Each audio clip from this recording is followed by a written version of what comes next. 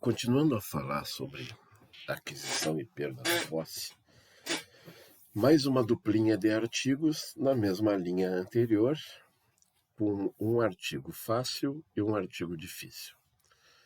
O artigo fácil é o 1206, é o primeiro, de novo, e diz assim: a posse transmite-se aos herdeiros ou legatários do possuidor com os mesmos caracteres. Então, o primeiro detalhe importante, que a posse transmite-se por herança. Certo? O primeiro, o recado mais importante. Apesar de ser um fato, ela transmite-se aos herdeiros. Esse artigo aqui dá uma sensaçãozinha de que posse não seria fato, e sim direito. Por quê? Porque transmite-se aos herdeiros independentemente dos herdeiros se apropriarem da posse. Pode gerar uma hipótese de tu ter a posse sem ter o corpus. Tá? Então, um exemplo bem simples. Vamos imaginar que tu herde uma estância na Bahia, né? O teu avô é baiano, né? E aí ele morreu na Bahia e tu é o único herdeiro. Tu está aqui em Bagé. A posse já é tua, certo? Então, mas tu nem sabe onde é que fica a fazenda, nunca fosse na fazenda, não tem ideia do tamanho, da cara, do jeito da fazenda, não interessa, tu já tem a posse, tá bem? Bueno, mas ela transmite-se aos herdeiros, e a preocupação do artigo não é bem com a transmissão, mas sim com as características, ou seja, é a classificação da posse. Se o teu avô, no caso, né, tivesse uma posse de boa-fé, tu vai herdar uma posse de boa-fé. Se ele tivesse uma posse justa, tu vai herdar uma posse justa. Aquilo que a gente já estudou na classificação da posse. O que reforça um artigo que nós não vimos e que é importante agora destacar, que é o artigo 1203, que eu deixei exatamente, não vimos antes porque eu sabia que a gente ia ver agora. O 1203 diz assim: salvo prova em contrário, entende-se manter a posse o mesmo caráter com que foi adquirida. Então, aquela coisa, a posse justa continua justa, a posse de boa-fé continua de boa-fé. A regra, que admite prova em contrário, mas a regra é que a posse mantenha as mesmas características, o mesmo caráter. Está aqui. E aí reforça aqui. Tranquilo. Então, 1206, 1203, certo? Um recado curto, simples, sem maiores necessidades de comentários. E aí o 1207 vem para complicar. E é bem complicadinho. Diz o 1207. O sucessor universal continua de direito à posse do seu antecessor. E ao sucessor singular é facultado unir sua posse à do antecessor, para os efeitos legais. Começa já pela redação. A redação é um pouquinho complicada. Mas a redação se torna um pouco mais complicada porque a gente não tem uma noção clara do que seja sucessor universal e do que seja sucessor singular. No material que eu enviei para vocês tem esses conceitos, mas eu botei aqui no slide para a gente explicar. Sucessor universal, o que é? É aquele que recebe uma cota indeterminada ou um patrimônio como conjunto. E, na maioria das vezes, isso ocorre por mortis causa. Mortis causa é aquilo que a morte causa. Qual é o melhor exemplo de sucessor universal, então? O melhor exemplo é o herdeiro. Qual é vamos dizer assim, o pega-ratão desse artigo?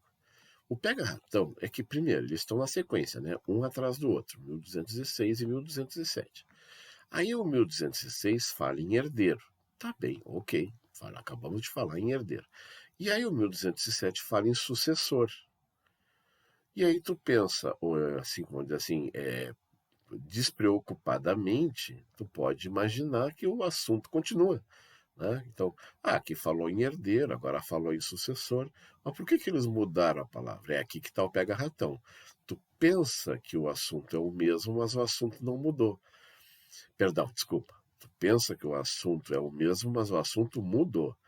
A palavra sucessor é mais ampla que a palavra herdeiro. Tanto é que agora, para explicar isso que eu já disse, qual é o melhor exemplo de sucessor universal? é herdeiro. Por quê? Porque o herdeiro recebe uma cota indeterminada ou um patrimônio como conjunto. Vamos explicar. Quando a gente é herdeiro e tem irmãos, no caso, né, tu não recebe um bem só, tu recebe um patrimônio como conjunto. Esse patrimônio pode ter várias espécies de bens e pode ter até dívidas também, não só patrimônio no caso, né, como também dívidas. Então, pode ter bens imóveis, pode ter automóveis, pode ter dinheiro no banco, certo? Uma multiplicidade de bens, então um patrimônio. E como tu tem irmãos, tu vai receber uma cota. Então, a título de exemplo, eu tenho mais 2 irmãos, nós somos 3. O que vai acontecer? Cada um vai receber 1/3 de todo o patrimônio. Aí tu vai chegar na casa, 1/3 dessa casa é minha. Onde é que está o meu terço? Aí tá aqui, ó, é uma cota indeterminada de um patrimônio como conjunto, que traz bens, direitos e dívidas. Dívidas do falecido também são tuas. Então é essa a questão. Por isso que ele é chamado de sucessor universal, porque ele recebe um universo, realmente uma coisa, um conjunto, certo? Uma coisa global.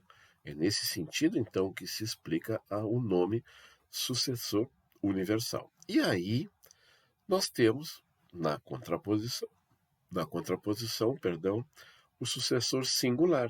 O que é um sucessor singular? É aquele que adquire um bem determinado, específico, individualizado. Então vamos dar um exemplo. Um imóvel na rua tal, número tal, com 10 metros de frente, 30 metros de fundo, confrontações ao sul com o fulano, a leste com o beltrano, a oeste com o ciclano. Ou seja, eu estou individualizando um bem. É um bem, aqui é um monte de bens, não esqueça. E aqui não, aqui é um bem específico. Se fosse um automóvel, aqui é um automóvel, modelo tal, ano de fabricação número tal, sei lá, chassi número tal, placa tal. Então é um bem único, é um bem determinado, específico. E agora é que vem o pega-ratão. Tá, professor, e o que é um sucessor singular? Sucessor singular, via de regra, não é herdeiro, via de regra. O melhor exemplo que nós temos de sucessor singular é o comprador, uma compra e venda. Quando tu compra um carro específico, determinado, individualizado. Quando tu compra uma casa, é a mesma coisa. Tu comprou um bem determinado, específico, individualizado. Quando é que será universal? Será universal quando for uma herança que tu recebe um conjunto. Aqui não, tu recebe um bem. Agora que nós acabamos de ver, então, vamos lá, então, qual é o melhor exemplo de sucessor universal? Herdeiro. Qual é o melhor exemplo de sucessor singular? Comprador. Que é sucessor, e eu faço questão de dizer isso, por isso que no seu amplo sentido, a palavra sucessor também deve ser usada no amplo sentido. Sucessor é aquele que sucede, é aquele que vem depois. Ora, o herdeiro é aquele que sucede, que vem depois, mas o comprador também. O cara que compra é o sucessor. Né? Então, o bem pertencia a uma pessoa e agora pertence a outra pessoa. Foi um sucessor, foi uma sucessão também. Só que ali foi uma sucessão singular. E o sucessor universal, o melhor exemplo, é o herdeiro. Bueno, esclarecidos os conceitos, agora a gente volta aqui para o 1207. O sucessor universal continua de direito à posse do seu antecessor, que é o que diz aqui. Então, o cara tinha uma posse de boa-fé e eu vou receber uma posse de boa-fé. Aí ele tinha uma posse justa, eu vou receber uma posse justa. Aí ele tinha uma posse de boa-fé, eu recebo uma posse de boa-fé. É isso. Então, o sucessor universal continua a posse do antecessor, como se não tivesse mudado. Há uma transmissão. Já o sucessor singular, prestem atenção, o singular é facultado, ou seja, é uma faculdade, uma possibilidade, ele unir a sua posse à do antecessor.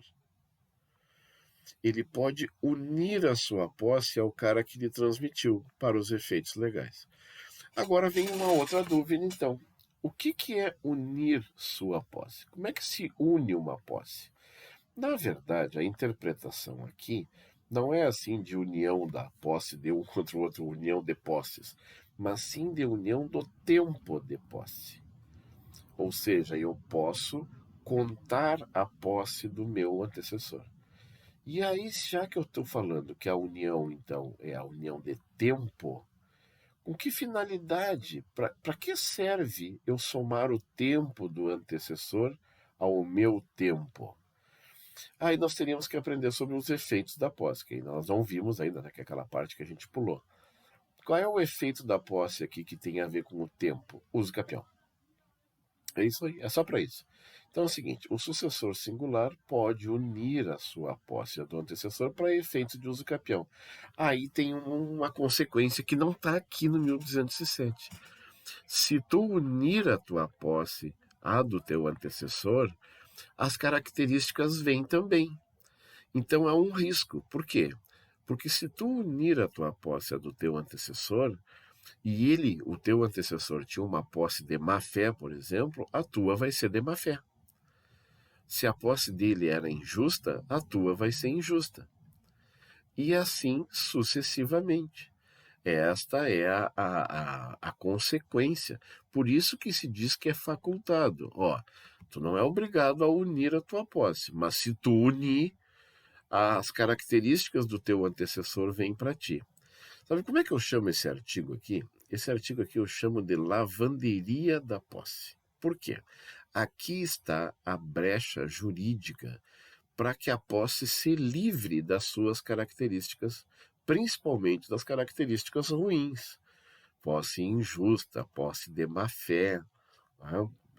Sei lá, posse violenta, clandestina. Ela se liberta da sua sujeira na transmissão da posse, quando a posse se transmite, para todos os efeitos, ao sucessor singular. Então, o nosso querido Washington de Barros disse o seguinte, que é o que eu vou tentar traduzir para vocês. Pode não ter sido a solução mais justa do nosso legislador, mas foi a solução mais prática. E aí, qual é o exemplo que ele usa? O exemplo que ele usa que eu vou usar aqui também, né? Daquelas propriedades que lá no passado tiveram algum problema na sua aquisição. É o caso clássico, assim, se tu analisar principalmente propriedade rural, né, as zonas rurais, aqueles grandes latifundiários, se tu for lá na origem, talvez aquela propriedade tenha sido mal havida. Mal havida, sim, o cara matou os proprietários para pegar a propriedade deles, sabe? Pode ter sido morte, pode ter sido uma coisa horrorosa, pode ter sido roubo, pode ter sido golpe, lá, mas isso eu estou falando lá atrás, né? E aí tu vai dizer assim, sim, mas e tu hoje, no século XXI, que culpa tu tem? E isso, uma coisa que a gente está vivendo aqui em Bagé, para quem conhece do assunto, aqui nas Palmas, aqui, né? São os quilombolas. Era terra de quilombolas, os quilombolas seriam, né, do quilombo, né, dos quilombos, né, dos escravos, terras de escravos que o cara pálido, o homem branco, tomou. Né? Aí o que acontece? Aí, isso aconteceu lá antes da abolição da escravatura, aconteceu no século XVIII, certo? Nós estamos no século XXI, né? Então aconteceu no século XVIII ou XIX, passaram-se 2 séculos, passaram 200 anos, sabe-se lá quantas gerações, aquele bem já foi vendido, trocado, aí o cara aparece lá e diz assim para ti, não, para um pouquinho, não, mas essa posse aqui é ilegal. E aí, o que tem a ver? Tu pagou por ela. O que tu tem a ver? Aí vem para cá, aqui é que está o detalhe, aqui é que está a questão. Acabamos de ver, olha aqui, ó, a posse transmite-se com as mesmas caracteres. Então, assim, ó, se um cara lá no passado matou alguém para pegar aquela terra para ele, certo? Ou deu um golpe em alguém, ou enganou alguém, não interessa. Teoricamente, aquela posse fica para o resto da vida comprometida. O resto da vida, por quê? Porque os caracteres vão passando para os herdeiros e tudo mais. Agora aqui tem uma brecha. Qual é a brecha? O sucessor singular, se ele não unir a posse, ele vai limpando.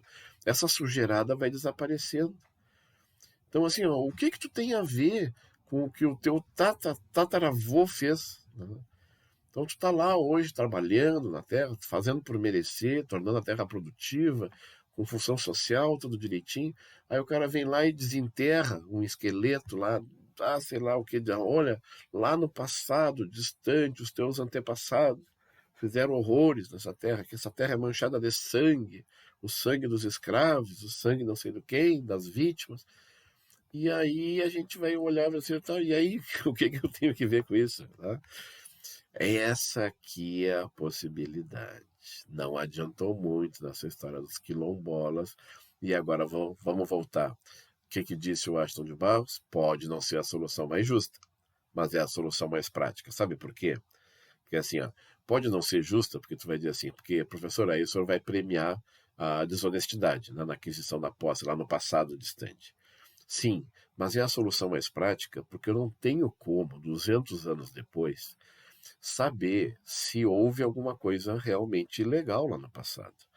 O tempo apaga essas coisas, exatamente dentro desse espírito do 1207. As transmissões de uma geração para outra vão apagando essas marcas negativas, essas coisas ilegais. Então, é um contra-argumento. Estou argumentando, não estou dizendo que o meu pensamento seja o mais certo, que o Aston de Barro seja o mais certo. Eu só estou dizendo para vocês que esse 1207 é o artigo que permite que a posse vai se limpando. Por quê? Porque via de regra ela não se limpa. Via de regra as características que tu vai passando de um para o outro. Né? Então, se é uma posse mal havida, ela vai ser sempre mal havida. Né? Não interessa a melhor das boas fés, né, que venham depois, se ela foi mal havida, ela vai ser sempre mal havida. Né? É nesse sentido aqui, tá bem? Vamos fazer uma pausinha aqui para mais um trechinho depois.